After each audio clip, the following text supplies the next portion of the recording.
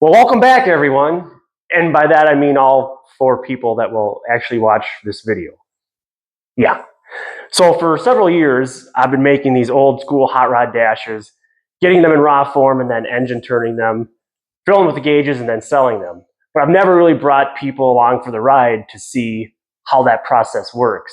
So it's not like I just order some dash, throw some gauges in it, and it's ready. So today, I'm going to take you along for the ride so you can see the process and all the work that goes into actually making one of these dash panels.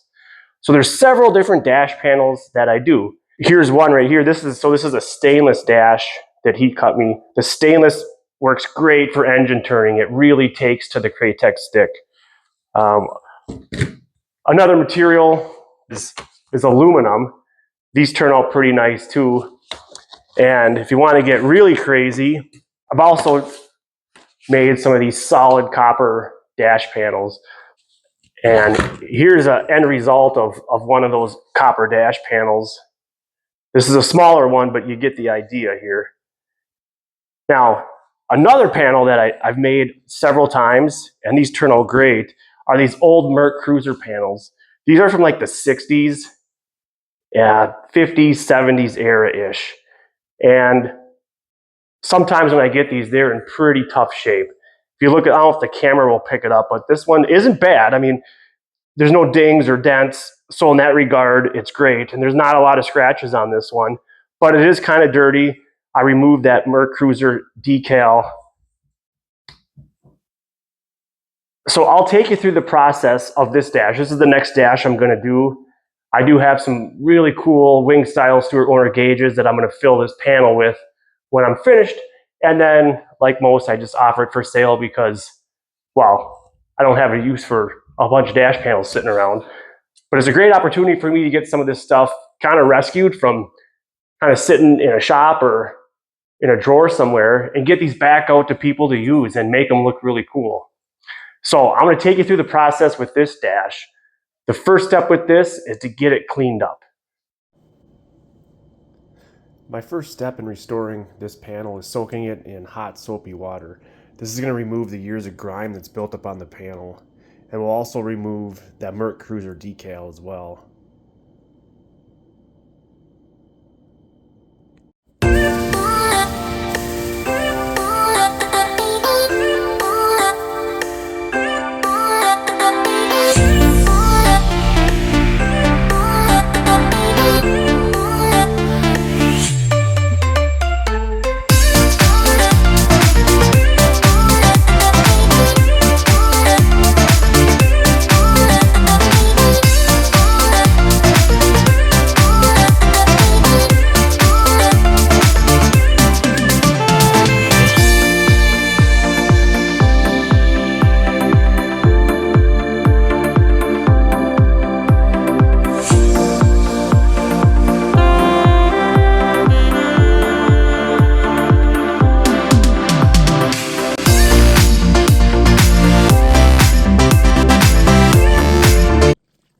Here's the panel after I've let it soaked and cleaned it up and removed that Merc Cruiser decal.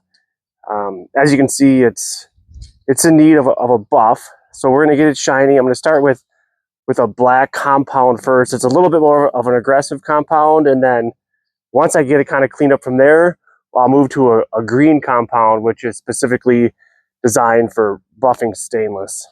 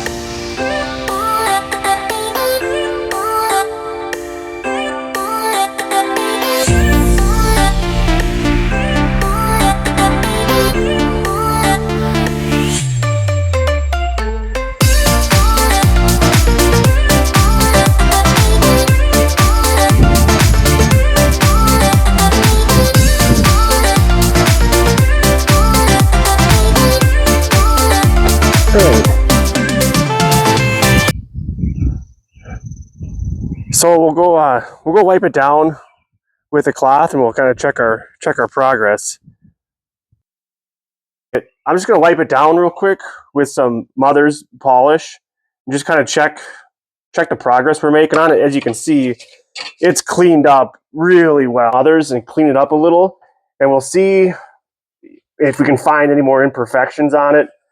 And if so, it's no big deal. Just throw it back on the buffing wheel and give it another couple rounds of buffing. But this stainless here, it really buffs out very well.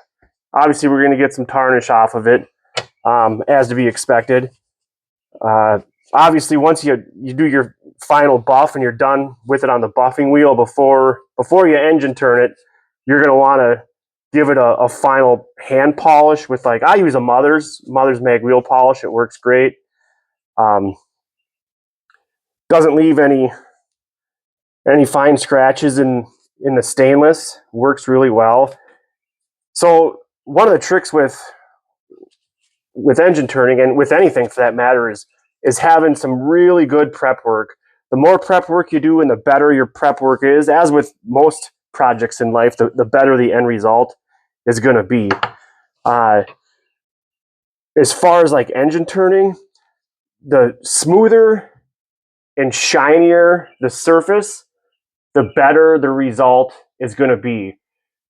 So just think of the opposite of that. The more abrasive of a surface you have, the less well that engine turning is going to turn out. So when you look at what I use is a Kratex stick. It's just an abrasive sanding stick.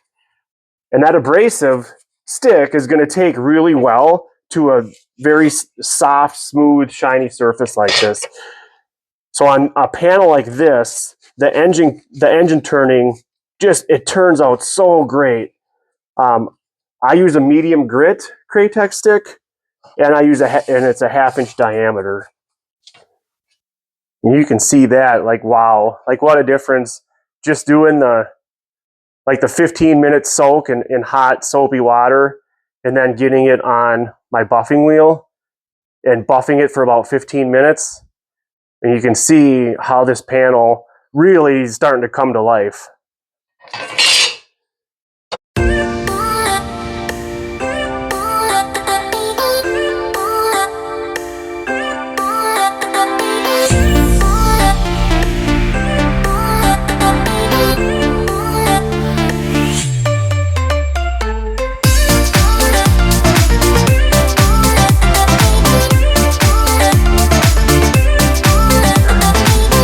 So I just finished the polish, and this is just after the first buff. You can see it's got a crazy mirror finish on it. Really nice. I might just hit it one last time with the green compound, just for good measure. So let's do that real quick.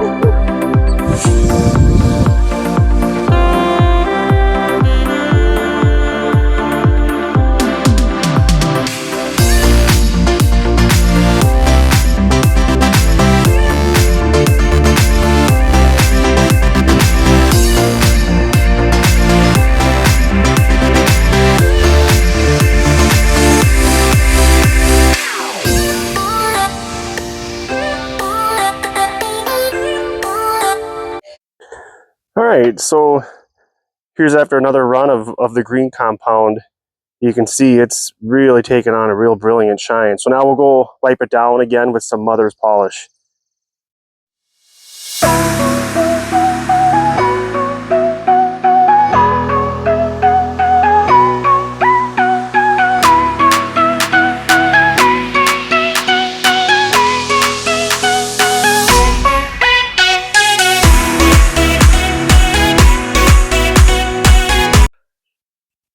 All right, so just finished all the buffing, and I wiped it down again with some polish and hand polished it after I got it off the buffing wheel. And as you can see, we have ourselves a mirror finish. You can see how great it looks and how effective that buffing wheel is with this. So this is the kind of surface you want when you're going to engine turn. So this panel should come out just beautifully. So the next step with this is I run 5 gauges when I make these dash panels, obviously. The center is going to be a speedometer, and then oil pressure, volts, fuel level, and water temp. So what I need to do next is I need to cut a hole here to make room for that gauge. So what I've done is I just made a template here so I can get the hole that I need in the exact spot so it fits in relation to the other gauge holes.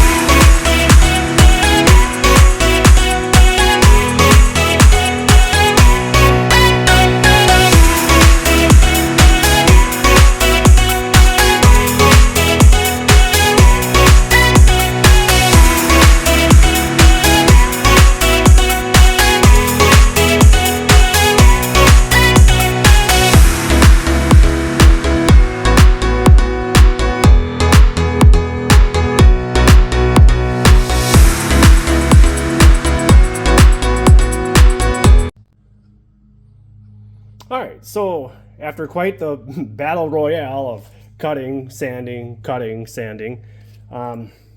we have the hole ready. Now all we have to do is we have to just file in a little notch. So a lot of gauges will have a little notch in the case, and that's just to prevent the gauge from rotating once you mount it. So I've marked where I need to make my little notch. We'll go ahead and get that part done.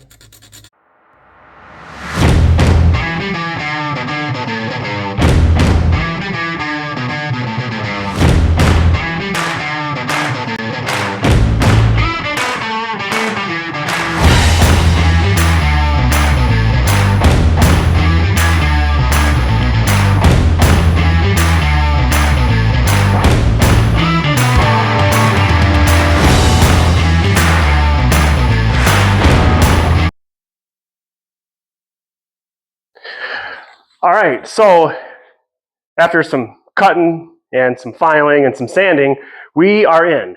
So we have that hole cut. I mounted the gauge in there just to see how it looks.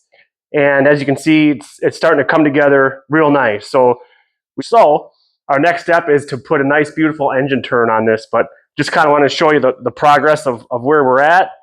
As you can see, the panel is kind of reflecting like a piece of glass. It looks really good. And that gauge is mounted and it looks really nice in there. So it's time to start the engine turning process. As you can see, I got my drill set up and I got my little jig I use to make sure I'm making straight passes. So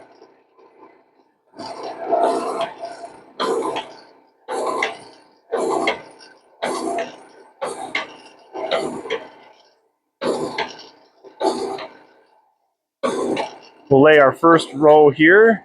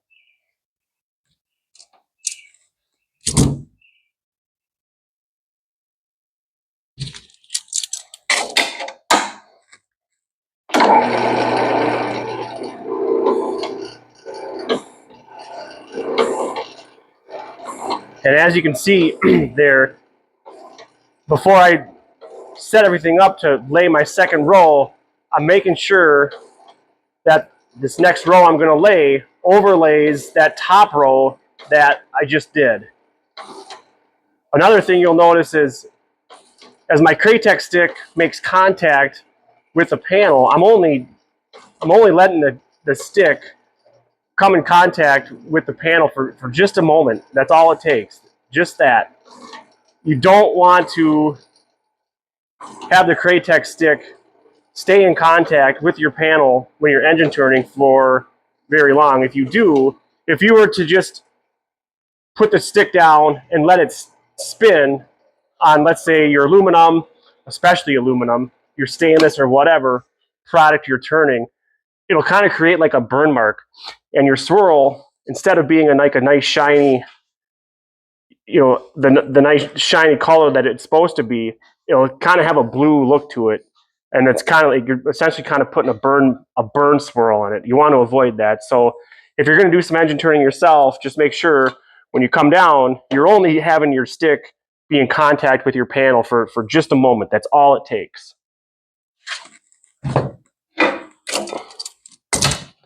So a lot of people don't like engine turning. Well, I guess the few people that do it, because it's kind of tedious work. You can see after every pass, you need to line everything up again. You shut down your operation, you line it up to make sure that your next pass is in the right spot and it's straight. So it can be a little bit of a tedious job, but I kind of like it.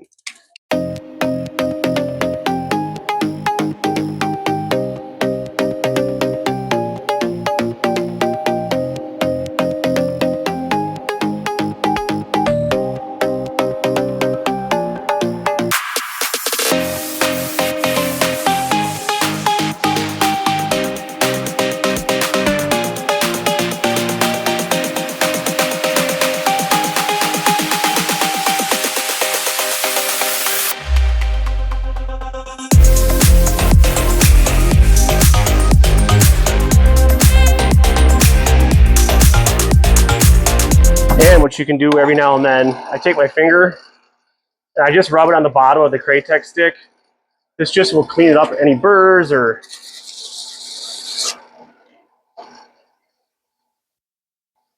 anything that got on your bottom of your sanding stick. Just makes for a nicer pass the next time you run a row.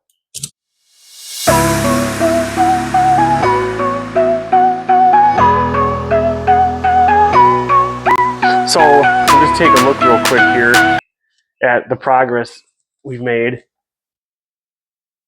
You can start to see, and get this in the light here. You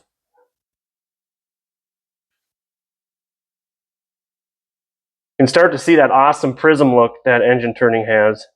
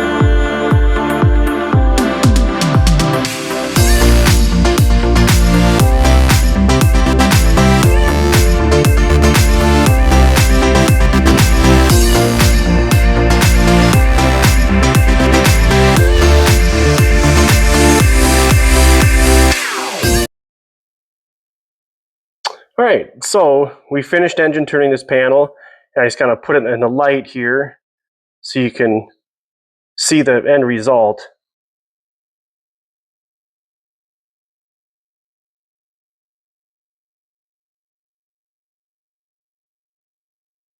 You can see how when the light reflects off it from different angles, it really shines.